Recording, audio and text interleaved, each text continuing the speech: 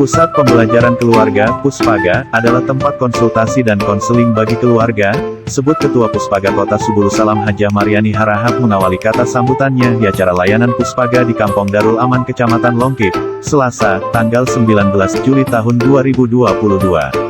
Kehadiran Ketua Puspaga Kota Subulu Salam Hajah Maryani Harahap dan rombongan di lokasi acara disambut Kepala Dinas Pemberdayaan Perempuan Perlindungan Anak dan Keluarga Berencana, DP3 AKB Kota Subulu Salam Yusmaniar, SP, Camat Longkip Makmur, dan istri serta Kecik Darul Aman Daniel Siregar.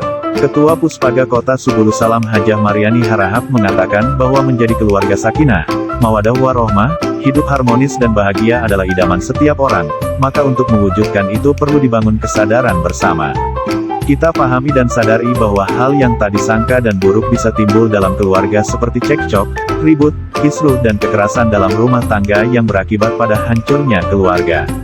Adanya Pusat Pembelajaran Keluarga di bawah naungan DP3 AKB Kota Subulu Salam adalah tempat yang tepat untuk orang tua dan calon orang tua untuk berkonsultasi.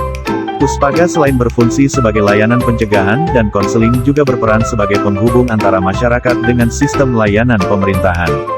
Lebih lanjut Ketua Puspaga Kota Subulu Salam Hajah Maryani Harahap mengatakan untuk mewujudkan ketahanan keluarga bukanlah tugas orang per orang atau hanya oleh keluarga itu sendiri, melainkan perlu dukungan semua pihak, mulai dari anggota keluarga itu sendiri, orang tua, guru, lembaga-lembaga dan anggota masyarakat, termasuk dari aparatur pemerintah.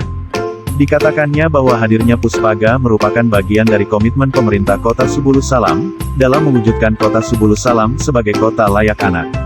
Sehingga besar harapan layanan Puspaga bisa dimanfaatkan oleh seluruh masyarakat Kota Subulu Salam.